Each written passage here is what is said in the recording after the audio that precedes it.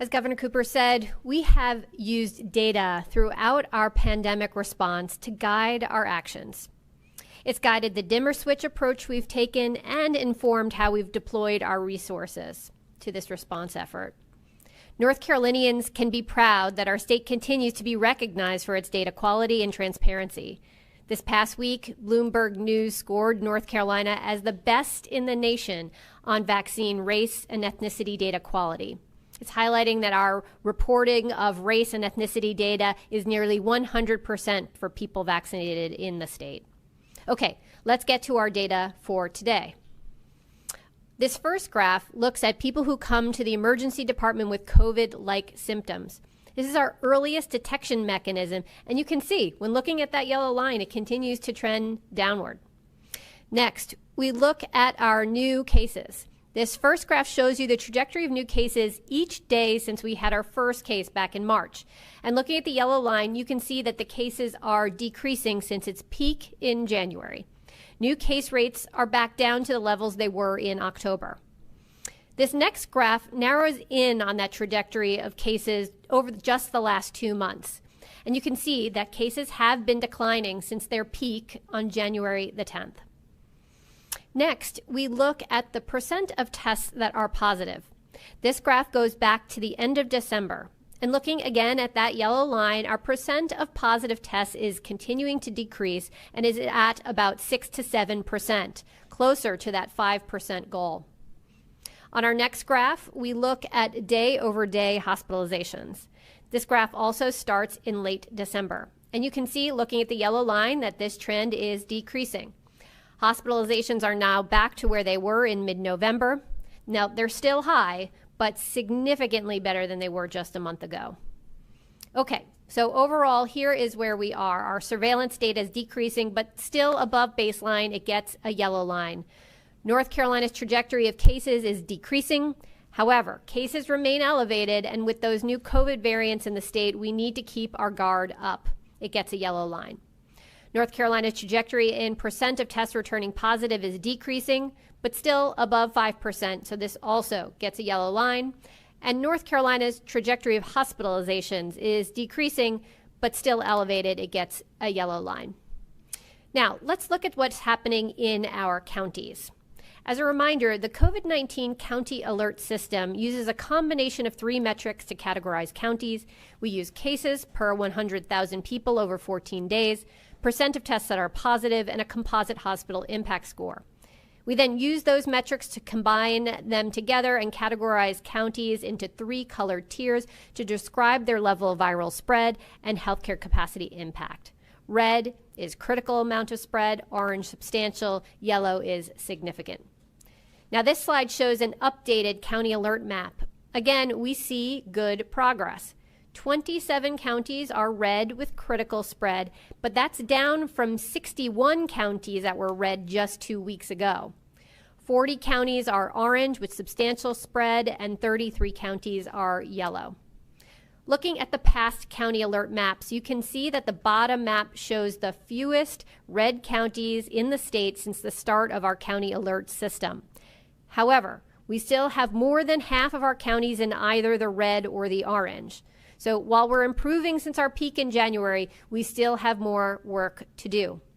With North Carolinians continuing to follow the 3 Ws and more than 1 million people in the state having received at least a first dose of vaccine, we are slowing the spread and saving lives.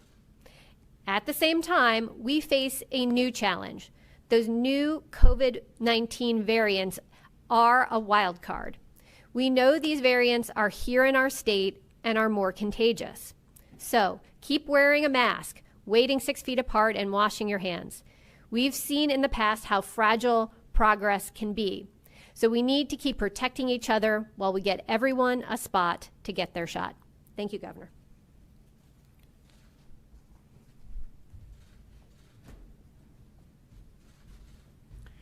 Thank you, Dr. Cohen. Given the significant and sustained improvement in our COVID-19 metrics, today I'm announcing that we will ease but not lift restrictions in several areas with a new executive order that will go into effect this Friday, February the 26th.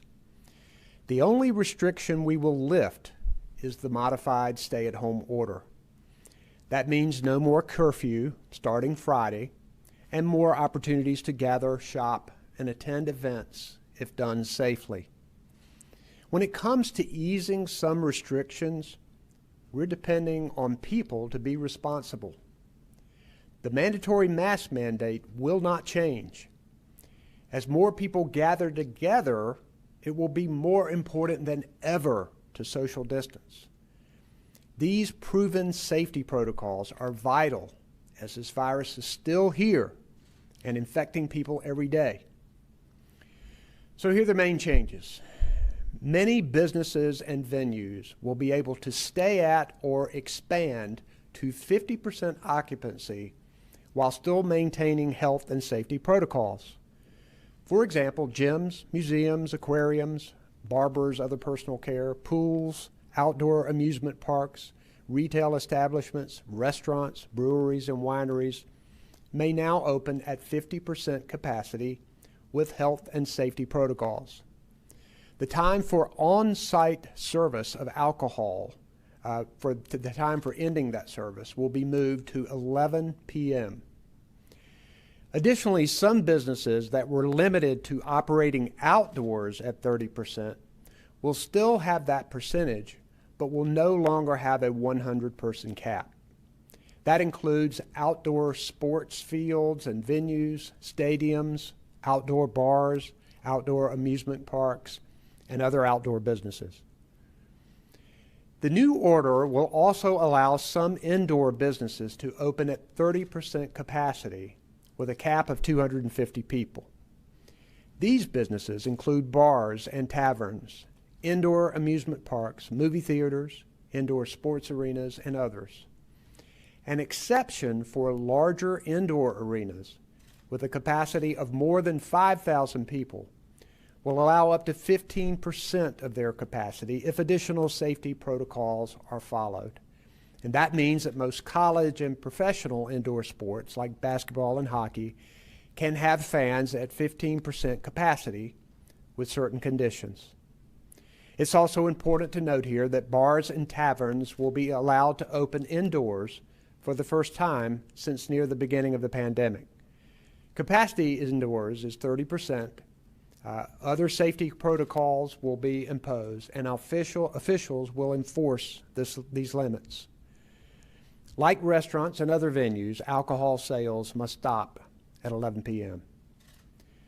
Finally, in other circumstances not outlined above, the mass gathering limit will be increased to 25 indoors and 50 outdoors.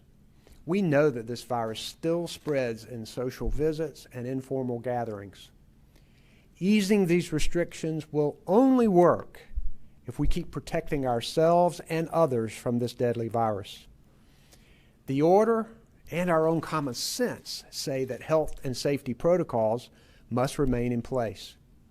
We know that new, more contagious strains of the virus are here in North Carolina, as Dr. Cohen said, and carelessness could lead to a backslide. We're making progress.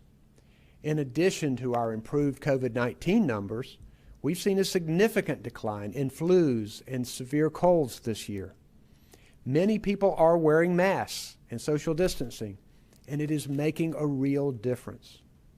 But we are still far from the end of this pandemic, especially with the vaccine in short supply, millions that still need to be vaccinated, and new variants in the mix.